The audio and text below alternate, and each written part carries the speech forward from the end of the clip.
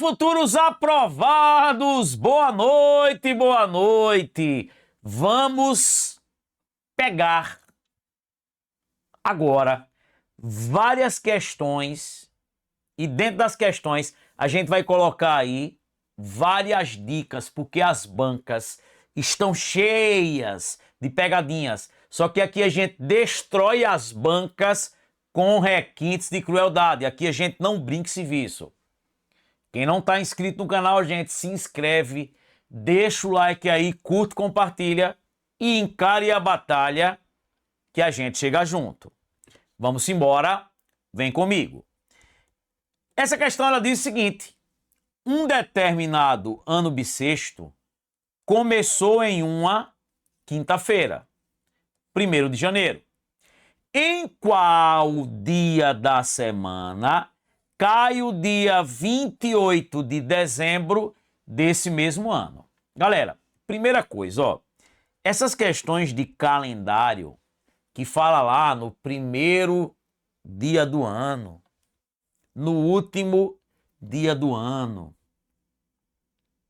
e até questões que elas tentam disfarçar.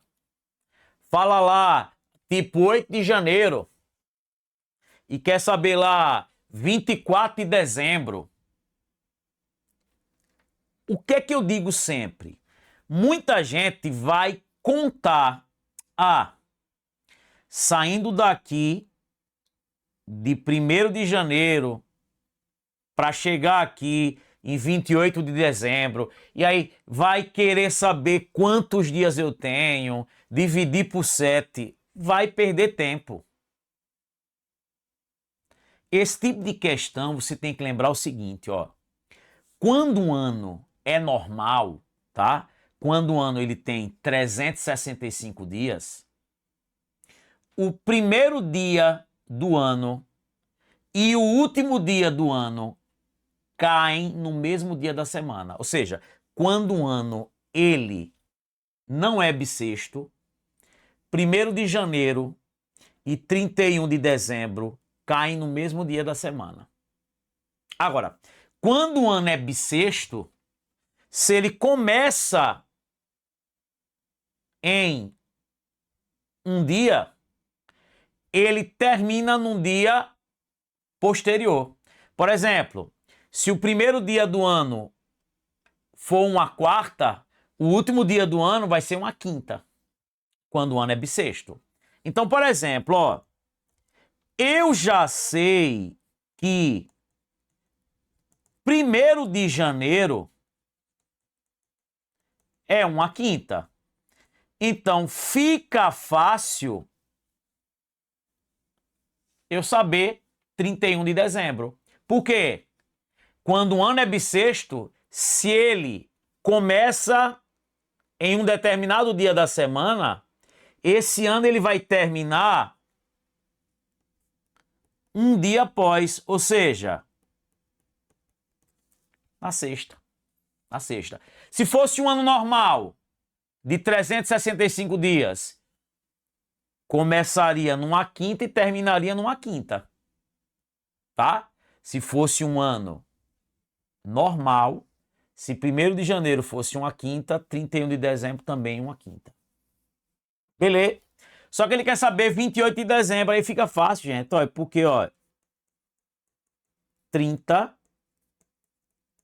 29, ele quer saber 28. Pô, se 31 de dezembro é uma sexta, 30, volta um dia, quinta. 29, volta um dia, quarta. 28, volta um dia, terça. Terça-feira, letra A. E aí, gente, você não perde tempo para sair daqui e chegar aqui e olhar nesse intervalo quantos dias eu tenho para dividir por 7. Beleza? Então lembre, gente, ano bissexto começa num dia, termina num dia posterior. Tranquilo? Vamos embora. Questão 2 da IGEDUC, ó. Considere a proposição Todos os candidatos entregaram a documentação dentro do prazo. Analise as assertivas e classifique como verdadeira ou falsa. Vamos lá.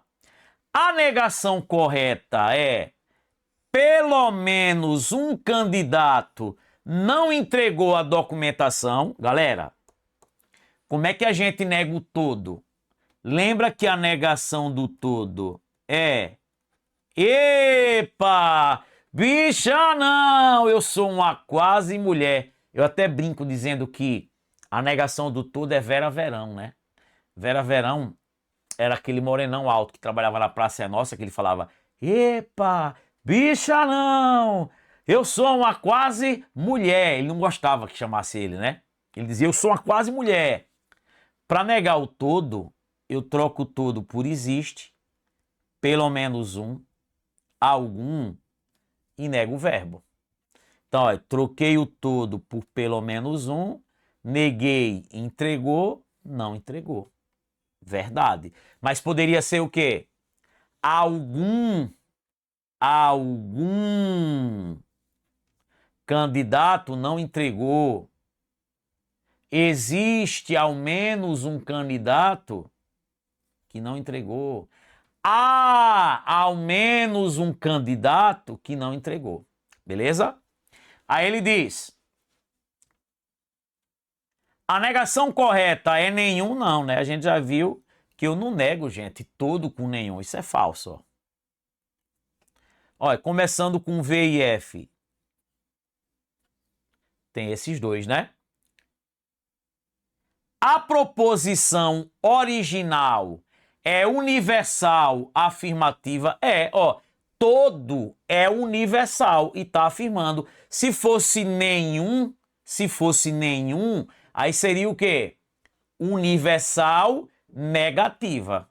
Então, show de bola. Ele está perguntando se a proposição original, o todo, é universal afirmativa? É universal, porque generaliza afirmativa. Se a proposição original fosse nenhum, né? Se aqui no lugar do todo fosse nenhum, aí seria o quê? Universal negativo. Então isso aqui é verdadeiro. A negação de uma proposição universal afirmativa resulta em uma proposição existencial com predicado negado. Galera, para negar algo que é universal, eu nego com algo existencial, também chamado de particular. Então, para negar algo universal, eu nego com algo existencial, com algo particular, com o predicado negado. Exatamente, tá? Isso aqui é verdade, ó. Como é que eu neguei o todo? O todo que é universal afirmativo. Eu neguei com um existencial, pelo menos um, algum existe, um predicado negado. Verdade? Então, galera, onde é que tem aí VFVV? VFVV, letra C. Vamos embora. Questão 3. Analise as assertivas abaixo. Quais são sentenças abertas? Galera, muita gente perdeu essa questão. Primeiro, ó, o que é uma sentença aberta? Ó, a sentença aberta, ela é uma frase declarativa que tem verbo, mas quando eu vou julgar ela como verdadeira ou falsa, o resultado depende de um ou mais elementos desconhecidos. Por exemplo, ó, quando eu digo ele é médico, ele quem? Esse ele aqui está em aberto. O resultado, para dizer se isso é verdadeiro ou falso, depende de quem seja ele. Se ele for Sorman, é falso, porque eu não sou médico. Mas se ele for aquele Dr. Drauzio Varela, isso é verdade. Quando eu digo assim, ó, x é maior que 4, depende de x. Porque se o x for 3, 3 é maior que 4, é falso. Mas se o x for 8, 8 é maior que 4, é verdade. Perceba que quando eu pego frases desse tipo, são declarativas, têm verbo, mas na hora de julgá-las como verdadeiras ou como falsas, depende de quem seja ele, depende de x. Então o resultado depende de um ou mais elementos desconhecidos. Ó, João é o aluno mais alto da turma, isso é proposição. A depender de quem seja o João, isso eu tenho como julgar, como valorar, como verdadeiro ou falso. 2. X mais Y é um número inteiro, isso depende de x e de y. Se o x for 1 e o y for meio, 1 mais meio dá 1,5, não vai ser inteiro. Mas se o x for 1 e o y for 2, 1 mais 2 vai dar 3, é um número inteiro. Então, o resultado para ser inteiro depende de x, depende de y. Isso é sentença aberta. A3. A cidade de Brasília é a capital do Brasil. Gente, isso é uma proposição, porque tem como eu julgar como verdadeiro ou falso. Agora, cuidado. Ó, x mais 8 é maior que x mais 2. Galera, isso aqui não depende de x. O mesmo x que eu coloco aqui, o mesmo x que eu coloco aqui, galera, isso aí vai ser sempre verdadeiro. Isso vai ser sempre verdadeiro, independentemente do valor de x. Uma coisa mais 8 é sempre maior que essa mesma coisa mais 2. E não é à toa que se eu cancelasse, ó, o x de um lado, o x do outro, ia ficar o quê? 8 é maior que 2. Isso é verdade. Então, galera, isso aqui, ó, é uma proposição, tá? Isso aqui é uma proposição. E, galera, é uma proposição, inclusive verdadeira. Uma coisa mais 8 é sempre maior que a mesma coisa mais 2. Então, sentença aberta, eu tenho apenas quem? Apenas a 2. Muita gente colocou apenas 2 e 4. Perdeu. Tá vendo, gente? Quando eu digo, ó, e no nosso curso Raciocínio Lógico do Zero à Aprovação, a gente chama atenção nisso. 2 anos de acesso, plantões de dúvidas, material. Galera, vai lá, coloca esse cupom, ó, imersão. Você vai ter 25% de desconto. Tanto no de matemática do Zero à Aprovação, quanto no do raciocínio lógico do Zero à Aprovação. Plantões de dúvidas. Cara, tá muito show. 2 anos de acesso. Vamos embora. Ó, questão número 4. Considere que em um debate sobre parcialidade de imagens, alguém profere a seguinte afirmação: todas as fotografias publicadas em veículos de imprensa são imparciais. Gente, é como se dissesse assim, ó. O que são imparciais? Não são parciais. E Dizer que é imparcial é a mesma coisa de dizer que não é parcial. Se não é parcial, é imparcial. E aí ele diz: uma conclusão decorrente dessa premissa é, ó, isso está lá no curso de raciocínio lógico, na parte de diagramas lógicos. Pessoal, o todo mais o não equivale ao nenhum. Muita gente chegou na questão e negou essa frase. Não é para negar. Você vai negar se ele dissesse que essa proposição era falsa. Aí você negaria. Mas ele dá uma frase que tem o todo e ele quer uma conclusão que vem através dessa frase. E galera, quando a gente fala assim, ó, todo homem não chora. Todo homem não chora é a mesma coisa de dizer que nenhum homem chora. Gente, essas duas frases, elas são equivalentes, ó. Todo não equivale a dizer nenhum. Se ele chegasse na questão e dissesse qual é a negação, ou então, essa frase é falsa, o que é que eu posso concluir? Aí você faria a negação.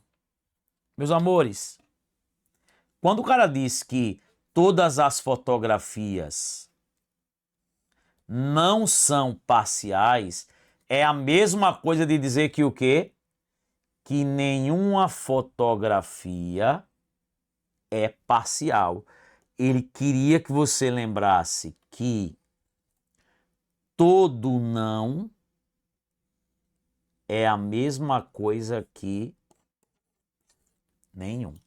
Galera, depois que você pega, assiste às aulas, adquire o curso, não tem como dar errado. É por isso que eu estou dizendo, ó, aproveitem esse cupom aí, para não cair em pegadinha. Esse ano, o próximo ano, são vários concursos. São 2 anos de acesso. Não tem erro. Beleza pura? Vamos embora. Gente, questão 5. Em um grupo de pessoas, os aniversários podem ocorrer em qualquer um dos 12 meses do ano. Qual é o número mínimo de pessoas necessário para garantir que pelo menos 3 pessoas façam aniversário no mesmo mês? Ó, quantas pessoas eu preciso para garantir que pelo menos 3 façam aniversário no mesmo mês? Galera, eu vou fazer isso de um jeito e depois eu dou uma dica. Ó. Vou botar aqui: janeiro, fevereiro, março, abril, maio, junho, julho, agosto, setembro, outubro, novembro, dezembro.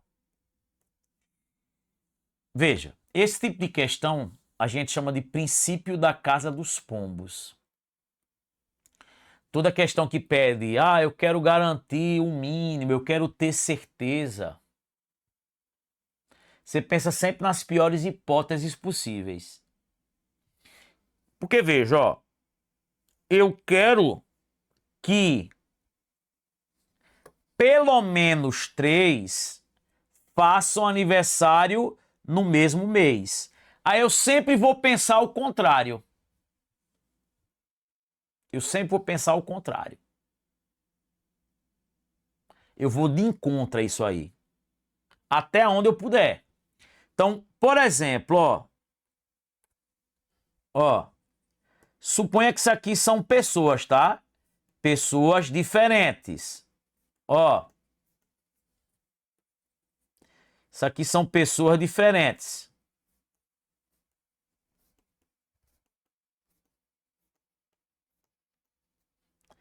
Eu tenho aqui 24 pessoas. Por exemplo, 24 pessoas não é garantia que pelo menos 3 façam aniversário no mesmo mês. Por quê? Porque eu posso ter 2 em cada mês. 2 em janeiro, 2 em fevereiro, 2 em março, 2 em abril, tá vendo? Eu tenho 2 em cada mês. Eu tenho 24 pessoas. E 24 pessoas não garante que pelo menos 3 façam aniversário no mesmo mês. Porque eu posso ter 2 em cada mês. 24 não, é. Agora, a próxima pessoa que eu pegar, ela vai entrar em qualquer um desses meses, gente. Olha, a próxima... Ah, entrou aqui, ó. Tô garantindo 3. Ah, pessoal. Ela entrou aqui. Tô garantindo 3. Fazendo aniversário no mesmo mês. 25...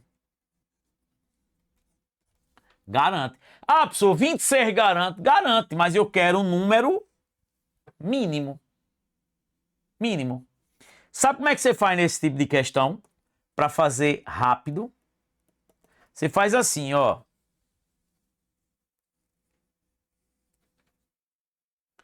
Abaixo do 3 aqui, que é o que eu quero. Abaixo do 3. Quem é o número mais próximo inteiro dele? O 2. Você pega isso aqui, multiplica por 12, porque são 12 meses. Se fosse dias da semana, são 7 dias. Você multiplicava por 7 e soma 1. Ó, 2 vezes 12, 24, mais 1, 25. Se ele dissesse bem assim na questão... garantir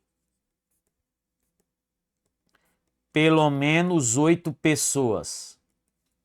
Como é que você faria na hora da prova? Abaixo do 8 inteiro, quem é o mais próximo dele? 7. Multiplica por 12 e soma 1. Eu multiplico por 12 porque são meses. Se fosse dias da semana, no lugar de multiplicar por 12, multiplicava por 7. Se fosse dias da semana, né? E aí vai ficar, ó, 7 vezes 12, 84, mais 1. 85 pessoas garante que pelo menos 8 fazem aniversário no mesmo mês. Tá aí, galera. Show de bola. Você viu que 24 não garante, que eu posso ter 2 em cada mês ali, né? Mas 25 garante. Então, sempre você pega o número que está abaixo dele, o mais próximo inteiro. Se for dias da semana, multiplica por 7 e soma 1 no final. A gente mostra tudo isso porque se fosse meses, multiplico por 12 e sempre soma 1 no final. Galera, é isso. Ficamos por aqui. Vai lá e adquire Matemática do Zero Aprovação. Deixa o like, curte, compartilha. Gente, segue nossas redes sociais. No Instagram do Exatas, a gente coloca dicas lá. Tá muito massa. Um beijão. Valeu. Fui!